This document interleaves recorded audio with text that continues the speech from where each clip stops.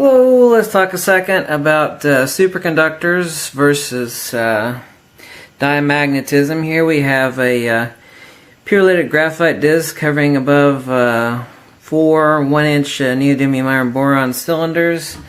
If you come up here, you can see it better. Notice just the slightest little bit of vibration on the surface, or even a little wind breath will knock it around. It's being held in place, obviously, by 4 little sticks, but it is levitating freely, a hair over a millimeter above the neodymiums. The reason these are in place so it won't fly off to either side. The orientation to get this is inverse either way, but anyway, north-south, south-north on our polarity, so you've got perfect oppositional field for the levitation of the diamagnetic object, i.e. the pure-leaded graphite, which is really, of course, just means it is super dielectrically coherent and has no magnetic permeability. So, let's talk about superconductors here in a second. First, let me come down here and I will shine a light at the back wall, and you can see that it is hovering in free space.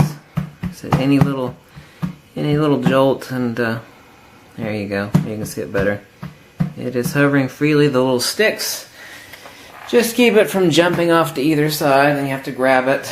And since it's very fragile, like a very fragile, thin little cracker that it wants to break, but it is freely levitating.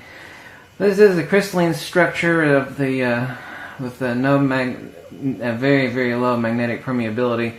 Will not allow the magnetism to penetrate into the super dielectrically coherent, very diamagnetic object of the pure-leaded graphite, given the special magnetic configuration. Recently, last year, was discovered that although their explanation for it is wrong. You can find the video on YouTube. A Japanese discoverer found that by shooting a laser at one part, it uses hundreds and hundreds of neodymiums on a flat surface, little beads. He shoots a laser at the pure-leaded disc, and he claims it's about heat dissipation, since pure-leaded graphite is really good at heat dissipation.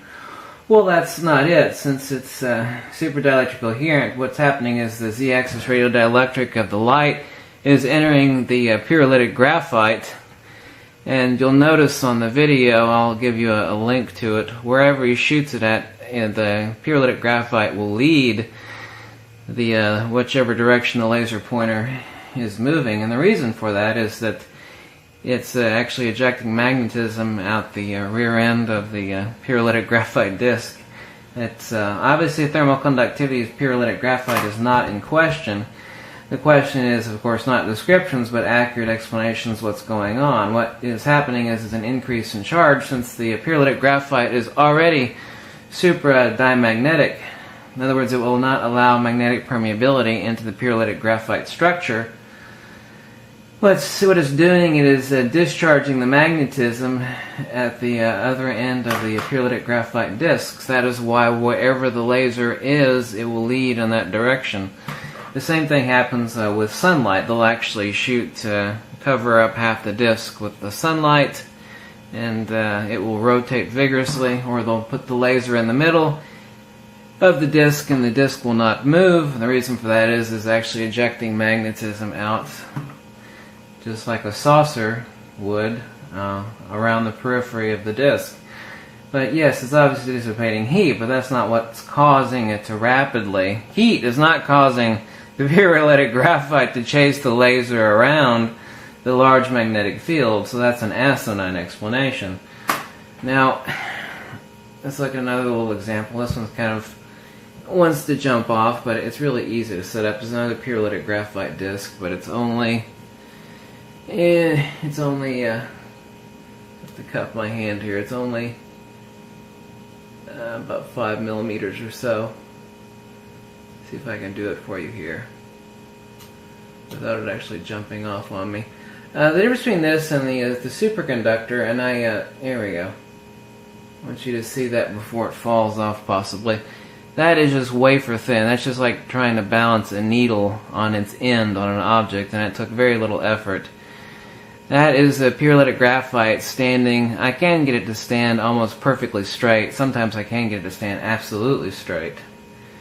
But it's standing up against the magnetism. It is in its perfect homeostasis of what its fields are conjugating, since it has no magnetic permeability or extremely low magnetic permeability. But this diamagnetic object versus the superconductors, I think one of the first things I had when I was a little teenager is I wanted a yttrium barium copper oxide quote-unquote superconductor and a large Dewar flask. I was constantly going down and getting a liquid nitrogen refilled, but the superconductors are not superconductors at all. They're super insulators. They're not conducting anything. What is happening is that they're turning the yttrium barium copper oxide into, I call it a state of quasi-matter. It's a super state of object physicality. What has happened is that since diamagnetism is counterspatial centripetal by nature, what is happening is not only dielectric coherency, but a very, very, very low interatomic loss of magnetism.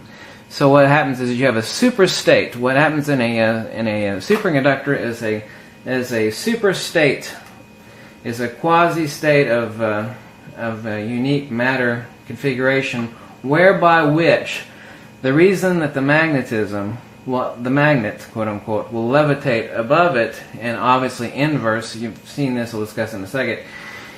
It'll actually levitate above there and will not resist movement off the yttrium barium copper oxide disc or superconductor. It will stay in place where you can actually shove it off, obviously. But what happens is that since the superconductor, which is not a superconductor, is turned into a super insulator, but what happens is a loss of the interatomic, much of, a great deal of, actually things even get weirder at the state of liquid hydrogen and liquid helium. What happens is that the superconductor, quote unquote, i.e. the super insulator, becomes a quasi-object. It obtains a super state.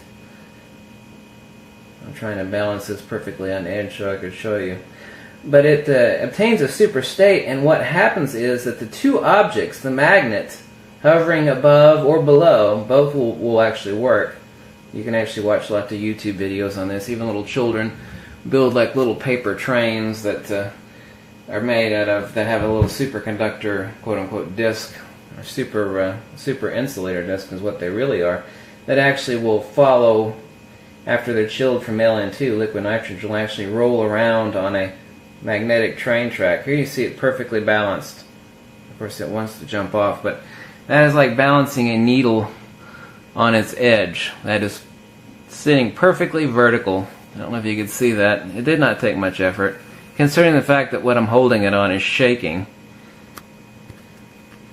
That is balanced perfect. That's like balancing a needle right on its point in a matter of 5 seconds. But anyway, as regarding the superconductor, which really is a super insulator, you'll actually find, you can find it on YouTube. There's a little zit-faced geek dweeb that replicated this famous experiment. See, it fell off due to shaking.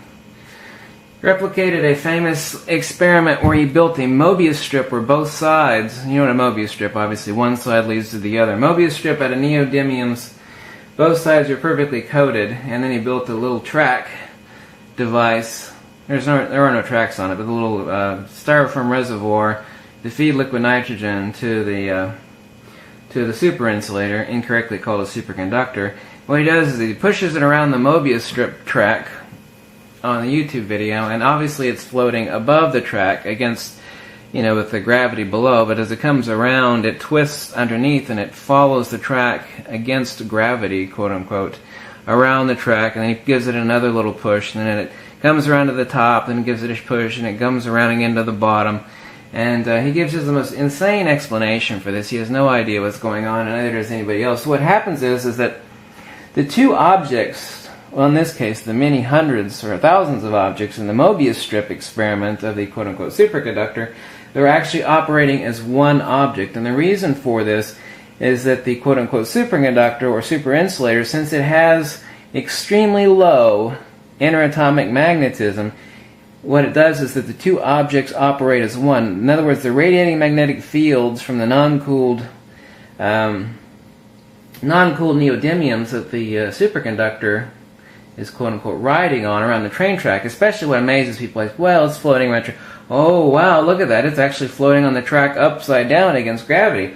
Well, what's happening is, since there is very, very low magnetism at the interatomic of the Ln2 liquid nitrogen cooled super insulator, incorrectly called a superconductor, is that the two objects operate as one object over space. Since the one object, the quote-unquote superconductor, is in a superstate, or a state of quasi-existence, for lack of a better term. I'll actually explain it in the book. However, there's so much to add to the third edition, I don't know if we'll get to it at the third edition. There's just an enormous amount to add. What happens is the two objects actually operate as one. In other words, all the neodymium magnetism from the track is actually filling the interatomic of the Ln2 cooled quote-unquote superconductor. And what happens is that's how it's actually able to defy gravity. It goes as it goes around a train track, if you will, that twists upside down. It's a Mobius loop. He suspends it from the ceiling and it goes around the track. So that's actually how that works. The two objects become one because they're in a state of superimposition to themselves. Superimposition as one object because one has lost most of its magnetism, the Ln2 cooled superconducting disk, which is not a conductor at all. It is a super insulator of magnetism. But that being the case, it is also dielectrically attracted to the dielectric inertial capacitance inside the neodymium, but it is also repulsed by the magnetism, since it has enormous dielectric coherence and is predominantly dielectric, but it is also lost most of its interatomic magnetism. So what happens is that since the superconductor, which is Ln2 cooled, has extremely low magnetism, the two objects actually interlace and become one object, even though they have a separation in space and time.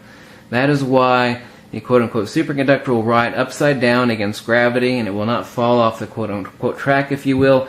There is a state of superexistence between the two where both objects are actually fulfilling each other's needs, for lack of a better term, without going into detail in a short little YouTube video. So there's a super state in the Ln2 cooled object at which the magnetism and the dielectricity interchange with each other. The magnetism fills the missing magnetism in the Ln2 cooled object, and they operate as one object. There are other YouTube videos that you'll actually see, scientific videos, where they'll actually take the Ln2 cooled disk and they'll tilt it. They'll push it around the track, but they'll just tilt the object by hand, and it will stay tilted as they give it a shove around the track. So the object will float evenly around the track, or if they actually tilt it and then give it a shove around the track, it will stay at that tilted position. And the reason for that is that they're operating as one object. That's kind of hard for people to understand because we don't understand this super state, and it has nothing to do with quantum physics, has nothing to do with quantum BS nonsense. It's extremely rational, extremely logical if you understand how magnetism and dielectricity work, and the fact that this Ln2 cooled object is in a super state. This isn't it, of course. This is just a pure lead graphite, but I have yttrium, barium, copper oxide, quote-unquote superconductors, and 3 Dewar flasks, where they're operating as one single object. And that's the reason it amazes people, and people have come up with the most asinine, incredibly insane quantum explanation. You know, there's quantum this going on. Well, no, that's not what's happening. Is that the supercooled object is in a super state. It is literally a quasi-object. Now that, of course, kind of sounds insane itself. It almost sounds as insane as a lot of the stuff that relativity comes up with. But everything, as I've told you before in the videos, that gives massiveness to mass is magnetism. And what happens when you supercool that and you eliminate most of the magnetism is that you have a super state object, which will, given another magnetic field, which it is missing, will interlace and it will become one object. That is how they're able, the quote-unquote superconductor is able to follow the neodymiums around the track, both against gravity and, like a regular train, you know, on top of the tracks. Levitate both ways evenly. It also explains tilting, why you're able to tilt the object and push it around the track. It explains absolutely every bit of the phenomenon. It's hyperlogical. You're just replacing one object's missing magnetism due to it being Ln2 supercooled with the magnetism of the neodymium track. So they're interlacing and they're becoming one object. That is why doing the Mobius loop train track amazing experiment that everybody's all about, and of course it is very neat, but the explanations for it are nonsense. They're just operating as one object. The magnetism from one is replacing and filling the magnetism of the other. There's still dielectric attraction and avoidance there, but there is also magnetic repulsion because there is a dominant amount of magnetism in the neodymium that's being ejected centrifugally. So you have a perfect state of both attraction and repulsion, and they're acting as one object because one is in a superstate with too much missing magnetism, resultant to it being Ln2 supercooled. Now if you understand that, good.